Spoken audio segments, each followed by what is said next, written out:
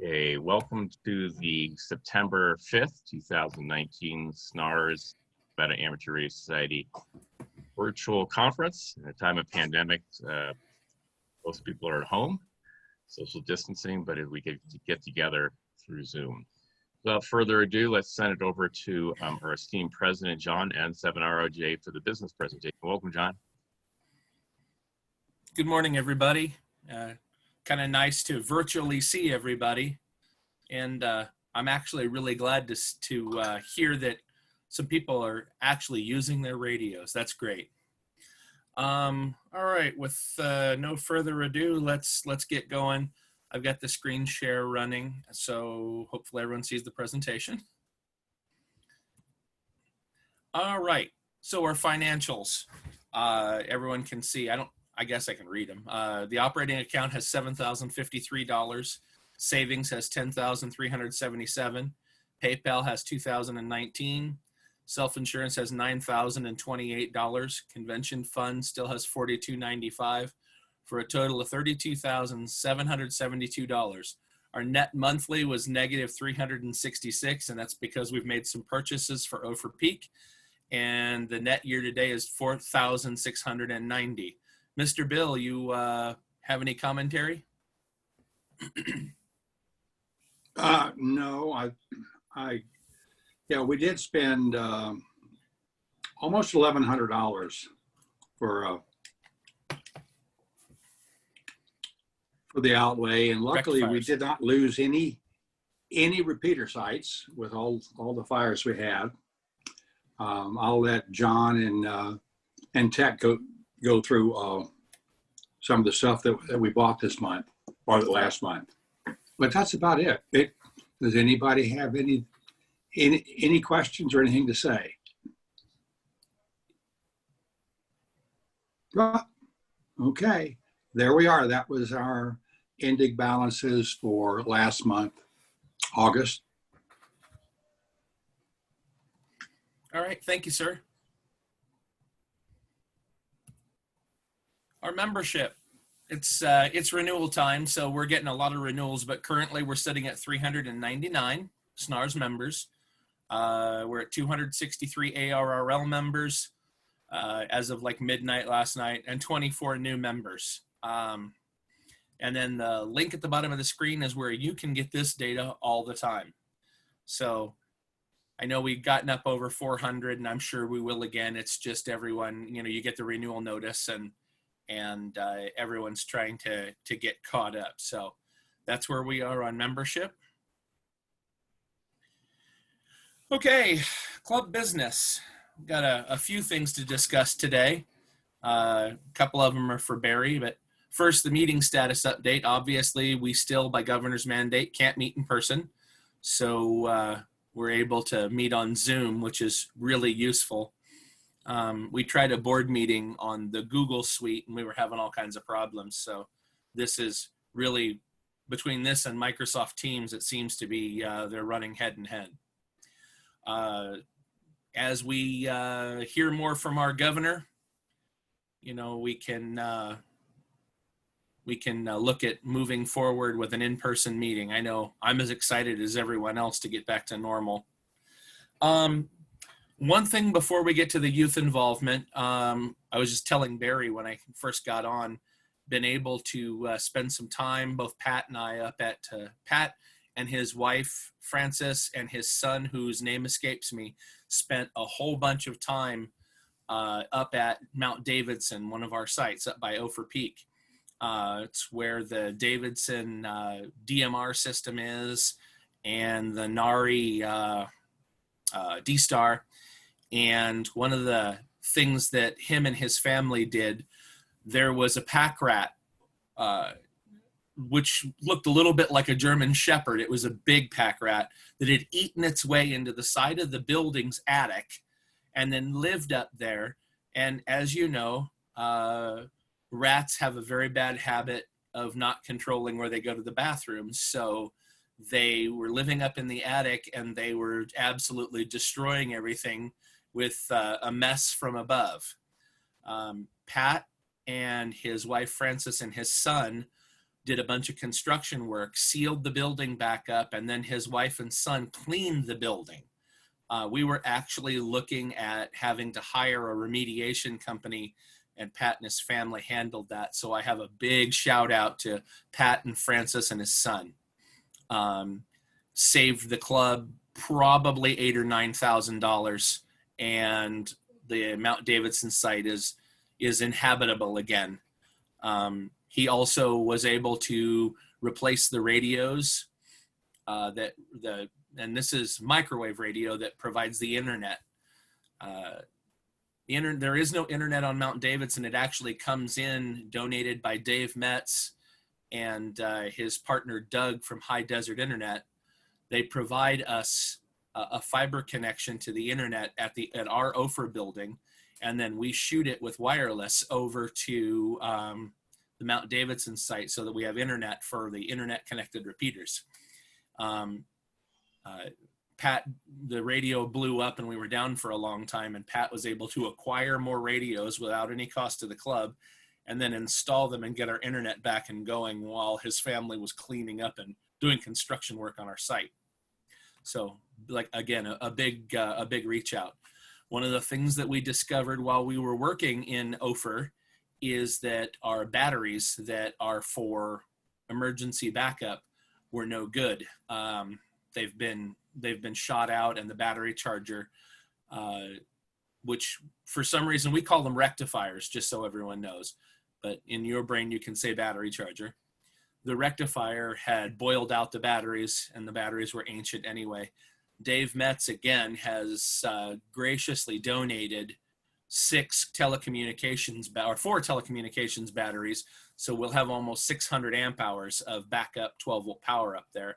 We needed to purchase a couple of new battery chargers, and that was the $1,100. We have a pair of 80 amp hour battery chargers that provide power so that we can quit using AC power supplies. That way everything will run on DC, and if the power goes out, we have a transparent switch over. In that also, we're going to be able to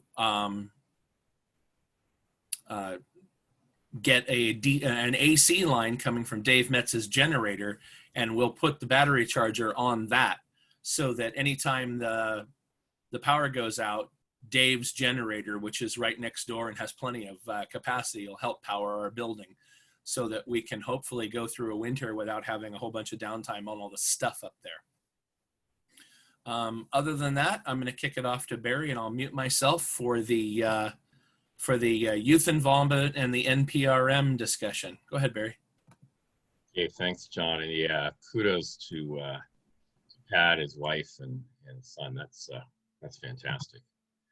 Okay, I'm going to borrow the screen share back. And so we have youth involvement. It still happens even though there's a pandemic going on. So this is in the SNARS newsletter. Coming up in October on the 16th through the 18th is the Jamboree on the Air. As many of you know, this will be the 63rd year. And it's a great way for kids to get involved. They have since, in the last 10 or 15 years, they've added Jamboree on the internet, which is on the internet side. They co-locate. So we want to do something to help them. I'm in conversation with Sean, who's the scoutmaster of one of the troops, had a conversation with a ham in the Bay Area who does some stuff down there. So we're going to figure out what this looks like, whether it's maybe helping them go on a hike and do some radio stuff, social distancing, or maybe get a few people together and maybe we connect by Zoom. So it's important to do that. And the scouting organizations is a great place to get different kids involved. So if this is of interest to you, just contact me. See my email on there, k6sierratango@arrl.net. Okay, the next piece, oops, I got to bring up the screen again, is many of you may or may not be aware that recently, late last week, this is on the ARRL website, FCC proposes to reinstate amateur radio service fees. So there was a lot of conjecture on different repeaters and places about this, what it means. There was some thought that maybe it meant that it was currently happening, which is not true. There was thought from me that, because it's got within 30 days of it going to the registry, there's a window. I thought that started. It's not true. So I got on the phone and I called Dan Henderson, the ARRL regulatory person. It's November 1, November Delta, and talked to him for a little while. And he said, here's what the deal is. It's a proposal. It has not gone yet to the registry, so the 30 days has not opened up. The board of directors from the ARRL and the president will be making a statement soon. Now, what that statement is, we don't know yet, but the indication is they're going to explain what I just explained to you, and there's going to be some process by which they're going to open this up. So want everybody to be aware of it. It's on the ARRL website. You can read about it, and it's worth going to this link here, which is the actual NPRN, the Notice of Proposal Rulemaking from the FCC. So I don't want to get into the specifics. You can read it, you can look at it. There will be more from the ARRL coming out, but it's an important piece to be aware of. Okay, the last one that I just want to mention before we go back to John and the meeting is a little interesting blurb that was in the newsletter that many of you may or may not have seen. Let me get down to this. I was talking to, let's scroll down here. I was talking on the air one day. It was a new net. I was the net controller, and it was with Tom K5RC, and this is what he announced. And I said, "You want me to put it in the newsletter?" He said, "Yes." So it says employment opportunity at the bottom here. DX Engineering, a ham radio store, dxengineering.com, is planning to open a place of business in the Sparks, Nevada area, possibly to co-locate with the sister company Summit Racing. They're looking for employees to hire, and I believe he said full-time. If you're interested, contact Tom at k5rc.com. So that's very cool. I asked specifics. He said he didn't have them, like, when will it open? Where will it be located? Will it be a store? Will it be a warehouse? None of those things are known. But that's a really cool thing. Another ham I had talked to, maybe it was in the club, I don't remember, said that the DX Engineering store in Ohio is actually inside of the Summit Racing. And so Summit Racing is the sister or the parent company, depending how you look at it.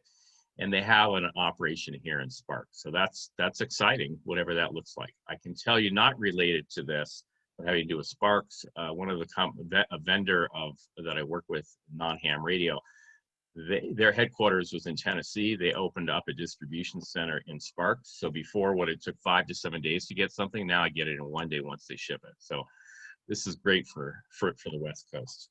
Okay, back to you, John, and go ahead and screen share again. You like.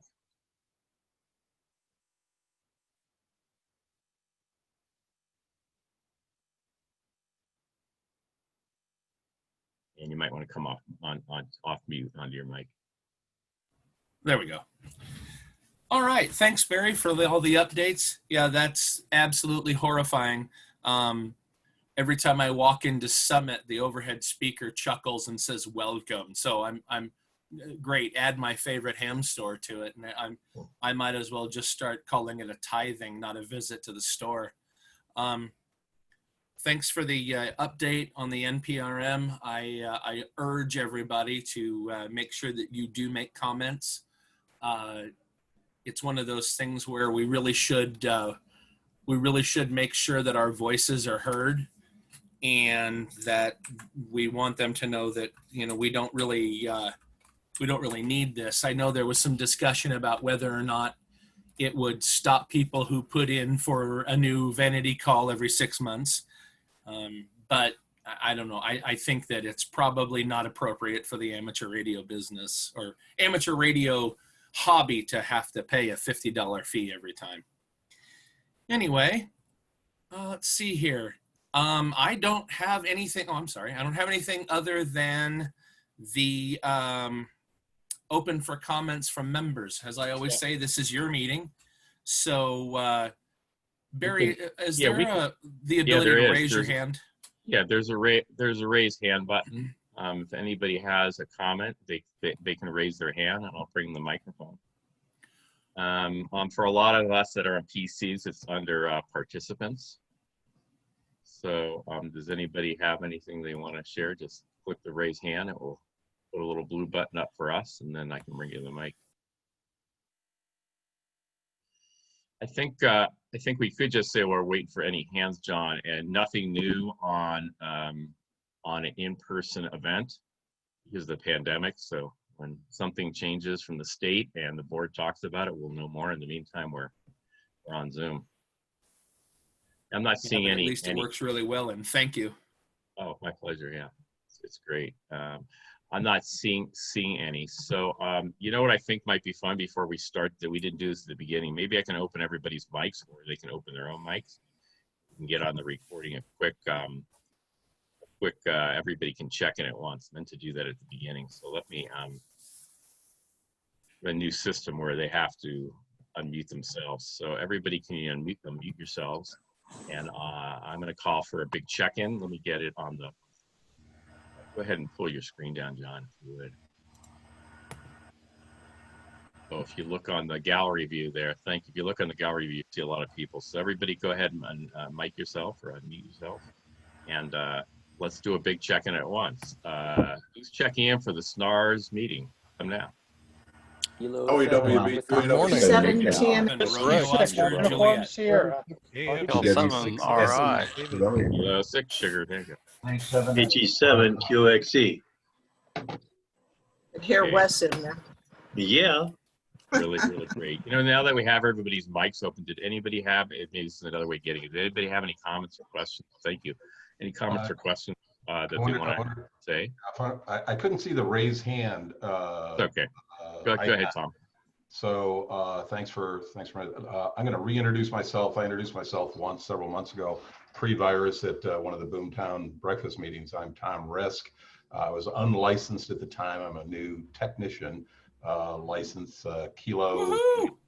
Woohoo, yeah. Thanks to the San Benito County Amateur Radio Club, which was they're over in Hollister, California, over on the western side of California. Great group of folks. I'm Kilo Juliet 7 Tango Kilo Romeo, and that's a new vanity call sign, which it's the only thing I've ever gotten free from the federal government without having to donate a couple of years of my life in the military, but that was worthwhile too. What I wanted to do is take a couple of minutes. I've been tasked, I'm a retired physician from California, and I joined a group, MARCO, which some of you may be familiar with. It's the Medical Amateur Radio Council. And they're basically a group of doctors, dentists, everyone affiliated, allied healthcare professionals and things. So there's fire department folks on there and things. And I've been tasked by one of their guys who's going to be writing an article for QST that's scheduled to appear in the November issue on Marco, related to what Marco is, what it does, and my specific bailiwick is supposed to be talking about forensic science, forensic pathology, which is what I retired from as a forensic pathologist. So I have a request for anyone that is involved in any kind of health-related activity with respect to amateur radio to email me, preferably. And my email, I'll put it up on the chat, but it's also available either through Kim at SNARS, or Bill Jones has it, and also Mike and Natalie Sherrick have my email address. So if you could share with anybody that may not be Can you say what it is verbally? Sure. Yeah. Okay. If everybody's prepared to copy, it's a lot of fives. 55 Thomas K 55 at gmail.com, and I'll put it up on chat as well. So what I'm looking for anecdotes related to amateur radio, vis-a-vis medical emergencies that people have been involved in. It's certainly not restricted to doctors, dentists, and in forensic science, there's a whole wealth of people that are involved, everyone from fire department to anthropologists, forensic entomologists, and what have you. So that's my request. Great, thanks, Tom. And give us your call one more time. Kilo Juliet 7 Tango Kilo Romeo. It doesn't quite roll off my tongue as of yet. Okay, super. Thank you. Welcome, Sam Benita. So Tom, Anybody else have anything they want to say before we get to the presentation? I've got a question. You mentioned What's your call? What's your call sign, Rodney? W6 RKP. Okay, go ahead. You mentioned that about the D-Star repeater. I guess it's up and running now. So if you have an ICOM or a Kenwood running D-Star, you should be able to use it digitally. No, funny story. I didn't get complete instructions when I went up there to put the IP address into it yesterday. So I put the IP address into the wrong place.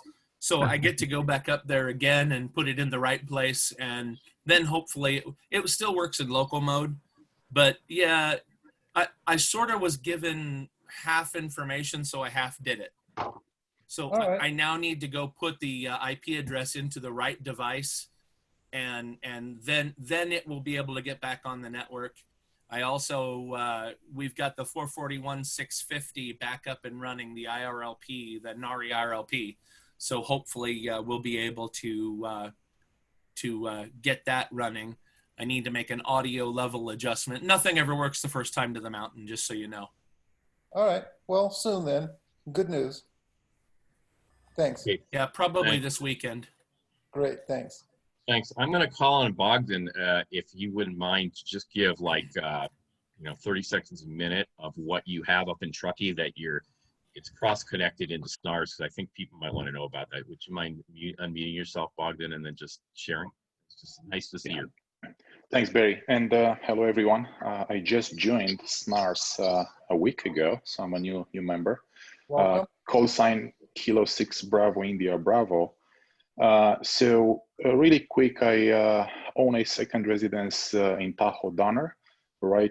If you're familiar with the area, those of you who are actually on ski slope, I'm seeing both sides, so the lake side and the back side into Tahoe Donner. So I installed a DMR/WireSX repeater there, 150 watts effective radiative power. It's statically linked on TS2 on SNARS, so feel free to use it. It runs on, I have a Generac generator, and cable intranet, so technically it should run as long as they give me gas if I go out of power. That's what it is. Super. So for those of you that may not know the area, that's up in Truckee.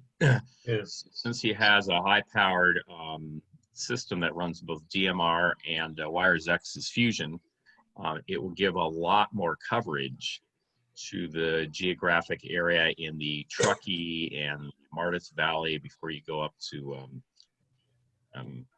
North Star and all the way down to the lake. So that's a great thing. So thank you very much, Bogdan. I'm glad you mentioned that on the new net one time and gotten to know each other. Thank you.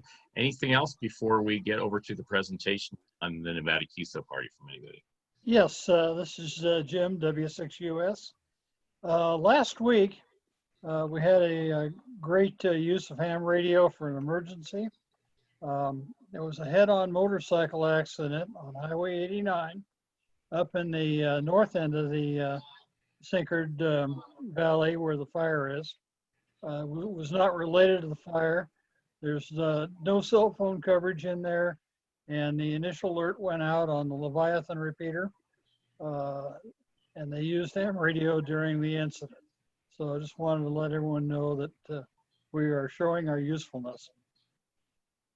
Thank you. Thank you very much, Jim. Appreciate it. One or two more people I'm going to call on and then we'll get going. Wes, do you want to give any update or just say anything about the new net that we run Monday through Friday, just to get a word in? Yeah, sure. As you know, since we've been running a couple teams here, a couple people are, well, one person is out on a vacation and another person is out on doing fires. So we're kind of teaming up right now, but we are looking for a few operators. We've asked a few people. Matter of fact, one of them's up here on the screen right now, and I won't bring attention to him. So I'll just, but yeah, we're looking for operators that has got a good connection with at least a couple repeaters in the area. And just to fill in, we got one spot for sure. That's Thursday. Kind of fill in because I mean, when the other operator, and I think you all know who he is, and that's Brian K5NEV, and he's out there, trying to stay out of the smoke and not get burned as well. So anyway, I just was want to say that. And I do have a question for Bogdan. Did you get hold of the Aries people? So you get a hold of who? Aries? You said you had interest in Aries, right? Oh, no, Wires X, the Yaesu Wires X. So you can use it with any C4FM Wires X, radio or DMR. Mm-hmm. So it's a dual mode switch. It's gonna auto switch on the modes depending on what gets into it. I see. Okay, I just because I intercept your first letter, and I don't know. For some reason, I got stuck in my head that you was looking for, a connection to Aries. Yes, we can connect offline. I would love to make it available for Aries, work there. Also, the YANCOM, the 9911 on DMR is statically linked on TS2. So just in case. Okay. Thank you. Good deal. Yeah, I actually was going to call you in a minute, Howie, but go ahead. Well, I just wanted to tell people that I only have one more thing left to run on the field day activities from SNARS members. If anybody else has some field day stuff that they haven't sent to me, I'd appreciate it, and we'll publish it. Great. And your Howie's email address is in the Crackling Static. Howie, I wanted to shout out he's the newsletter editor and does a great job every month of corralling us that do contributions. But if you ever have anything you want to, if you ever have anything you want to write, contribute, what is it? The last Sunday, the cutoff is the last Sunday of the month normally. It's the Sunday before the meeting. Technically, it says 3 o'clock in the afternoon, but we can accommodate people if they're running a little late. We have always done that. Anything at all, if people want to put in a newsletter, if you got a nice photo of your shack or something like that. I personally lately have been working on a 1929 self-excited Hartley oscillator for 20 meters, and it really points out the need for stability in operation, because it's quite a challenge. Beautiful. Okay, last call in. Thank you, Howie. Anything from the membership before we close the business meeting? Actually, I don't have any. Go ahead. You go ahead. You're ladies first. No, I was just saying I don't have anything. Stuff seems to be going along pretty smoothly. Yeah, Kim's does our membership. Thank you for keeping everybody on top of things, getting all those emails taken care of when people ask for the members only area. It's my pleasure. Tom, something from you? Yeah, thanks. The Tom Russ again. I'd like to ask a question because I was talking to the sheriffs earlier in this week, and Mike was telling me about an elderly fellow. He may not be with us anymore, that apparently was based up in Virginia City that had had involvement with antique wireless, antique radios. And Mike wasn't sure what happened. He had closed his museum or whatever it was. Does anybody know about that? Okay, Howard, I'm interested in antique radios. I'm a member of the, Antique Wireless Association. Seem to join everything, and I'd love to be able to access what this guy had available. Howard. Yeah, go for it, Howard. Am I on? You are. Okay, that's Henry Rogers' call is WA7YBS. I think it's either W7YBS or WA7YBS. He's a member of STARS, I believe. He had the museum. He brings radios to the conventions and things like that. By the way, Tom, I am also a member of the AWA. I've been a member for the past, I guess, 30 plus years, and I also do the 1929 Bruce Kelly contest. I also do the the Link Kundal DX contest. What's your call sign, Howard, and are you on QRZ? Yes, I'm on QRZ. My call sign is Whiskey Bravo 2 Alpha Whiskey Quebec. Whiskey Bravo 2 Alpha. Whiskey Quebec. Whiskey Quebec. Okay, got it. Thanks. Okay, thanks everybody. Let's close the this part of the meeting. John Barley, anything else from you before we close? Nothing I can think of. I do want to thank both you, Barry, and I want to thank all of the SNARS officers that are always working on stuff. Howie for keeping on top of all of us to get our stuff in for the Cracklin Static, and I you know, you for the Zoom meetings, and Kim for making sure that everyone's got their membership and their access, and it's actually great. And I really appreciate everyone who pitches in to make sure that our club moves forward instead of just sitting there static. So thank everybody. Thank you to all the members. And with that, that's all I've got. And one quick thank you, one quick shout out to Eric, our K6CZH, our webmaster. I give him stuff every week, so there's fresh content on there. Okay, with that, this completes this portion of the SNARS meeting, which is the business meeting. Let me stop the recording and then we'll start the presentation in just a second.